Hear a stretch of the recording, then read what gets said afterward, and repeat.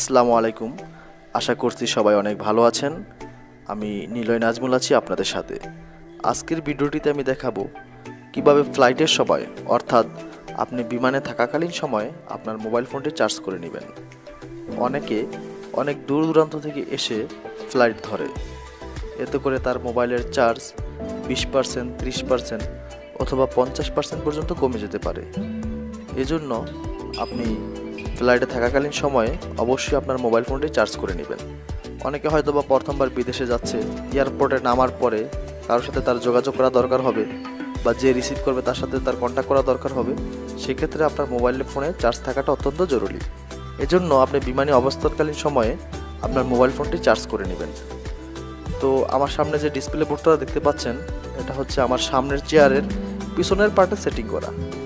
এই ডিসপ্লে বোর্ডের পাশে একটা ইউএসবি পোর্ট আছে। এই ডিসপ্লে বোর্ডের পাশে একটা ইউএসবি পোর্ট দেখতে পাচ্ছেন, সেখানে আমার চার্জিং কেবলটা আমি ঢুকিয়ে দেব। চার্জিং কেবলটা ঢুকানোর পরে চার্জিং কেবলের অপর প্রান্তটা এটা আমি আমার মোবাইলের সাথে কানেক্ট করে নেব। ইনশাল্লাহ মোবাইলের সাথে কানেক্ট করে নিলে আমার মোবাইল ফোনটি চার্জ হতে থাকবে।